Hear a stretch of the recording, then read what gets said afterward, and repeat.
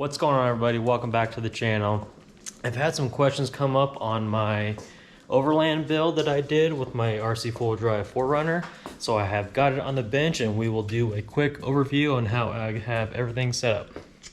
So like I said, this is an RC4WD 1985 4Runner that I turned into a overlanding rig. Now, start on the outside and we can work our way in. And of course we have the ARB rooftop tent on here. I was surprised at how heavy this thing was.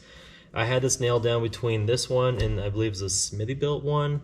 And the only thing I didn't like about the Smithy built one was it didn't have a cover like this one does.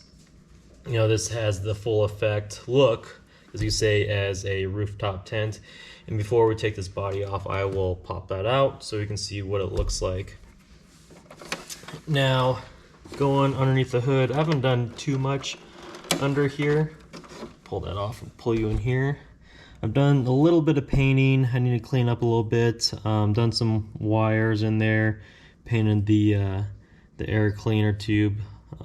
But I still need to paint the cap and do some more touch-up work in there.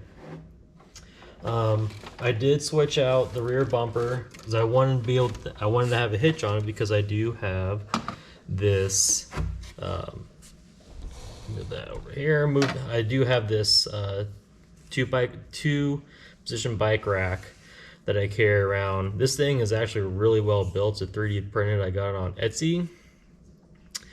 It's taken some beatings. I've actually have had this whole thing flip back on it and it didn't crack or anything, so it's still, I mean, it's awesome.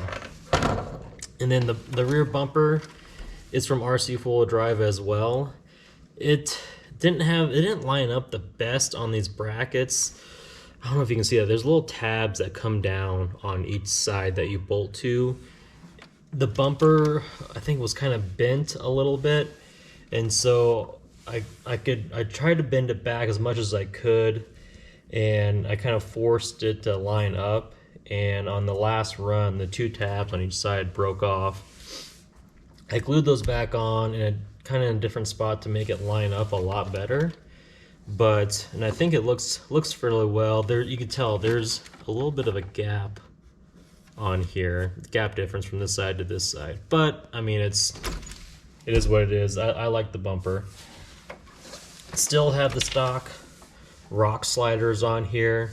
I do have, these are RC4WD wheels and tires, a Goodyear Wranglers. The issue I have with these, I love the scale look, and I like the way they perform as well, but it's just the foams. As you can see with the weight of this body itself is fairly heavy without all the extra weight I have on here. So the foams do not work that well at all. It rolls over a lot, so when you want to do any side hilling, I mean, this thing there's zero side hilling because these fold over and it tumbles, and I've got some scratches on that side from the last trip because of that. But that could be a suggestion too for you guys. Let me know what you think I should run in here. I don't know if the weight of this with the insert would work, or do like a stiffer, like a really firm foam. I don't know, but let me know what you guys think. Now going to the inside of this, this is my first interior job ever, so don't judge me too much. But what I did is I took everything out. I added some carpet to the bed, just for the looks, and then some carpet to the flooring on the inside. I did paint the seats a little different color. I have darker brown coming up at the sides to try to have like that leather look, and then I put a different type of brown on the back of on the seat backs. It turned out really awesome. The driver I have in there, she's not glued in there. I'm not sure if she's gonna stay. She's a little bit too tall for this rig, so I had to take off half her body just to get it in there. I've had a hard time trying to find a driver that will actually fit in there. I've looked all, Walmart, Target, Amazon. I can't find it. But if you guys can suggest on where to find a driver to put in here that actually fit, let me know. But as far away, you can't really tell. She doesn't have any legs, but I would like to have a full person in there. And we obviously got some scale accessories in there. Let me go ahead and get this off. Now, getting this off and on is somewhat of a pain, just because it's so snug. And this is real canvas that they use to make this stuff. So, I mean, it's high quality stuff. Now, this is all metal. I didn't know that. I kind of, I love the looks, so I just went ahead and bought it. But this is, I mean, it weighs over a pound, so it's good material. The only thing I don't like about this is the ladder. I wish the ladder was a sliding ladder up and down versus one that kind of just swings out like this and then comes down. And as you can see too, it doesn't come quite all the way down. It sits at an angle, and I'm thinking just because this is so snug, I just need to have it open more. I'm thinking, but it does come with the little post in here to pop these out, so you have the full effect of a rooftop tent, and that opens up as well. It looks awesome. I love it on here. But as you could tell from some of the footage, I mean, there is a lot of side to side bouncing around from this, it's top heavy. But I mean, it's my trail rig, so I don't go out and do some crazy lines with it. Even though I try, I don't always succeed just because, I mean, it'll want to tumble. But it's an awesome trail rig. Now what I'll do is I'm going to put this cover back on, get this body off, and I'll show you what I've done underneath here.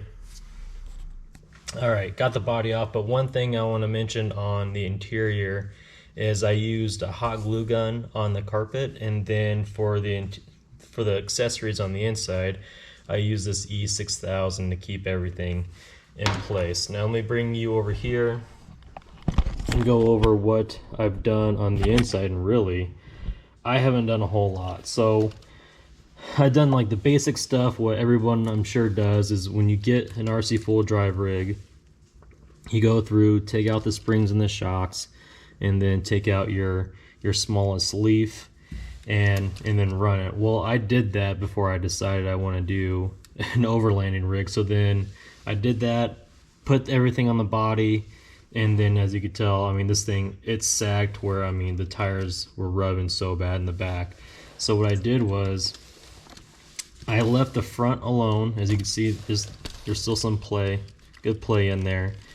In the back, I actually put the smallest leaf spring back in there just to help with the weight. Now I didn't put it back any springs back in the shocks. I know that would help a little bit more, but for now, it's fine. I just need to get the different inserts for the tires. Now as far as the electronics, running all stock electronics. The servo, 0 issues with the servo, and the motor is, works great. I had 0 issues with it. Right now I don't plan on going brushless with this. Maybe when I start to have issues with it, I'll swap it over, but the only thing electronic wise is what I swapped out is the receiver. I put a Spectrum 5-channel receiver in here so I can run my Spectrum radio, my rugged. Now underneath I have got ARB diff covers front and rear, and I was surprised, when you get a rig, you should definitely, open up the diffs and see what if there's grease in there, and there's actually a ton of grease in there. I was surprised. So didn't need to add anything there. What I did was add these incision dry shafts front and rear. I've always had issues with the stock dry shafts with the pins coming out and whatnot. So I did this on my K5, and I was happy I did it, and so I'll probably end up doing with all my other rigs as well, because these are awesome. They take a beating and have 0 issues with these. So All right, well that is it. That is pretty much sums up my Overland build here. It's not quite done, obviously. I still want to do some stuff underneath the hood and then swap out these inserts in these tires. So if you guys have any suggestions, please let me know on the inserts what I should run on this, or anything you think I should add that would be beneficial to the rig. You know, definitely let me know. And I appreciate you all watching, and I'll see you on the next one.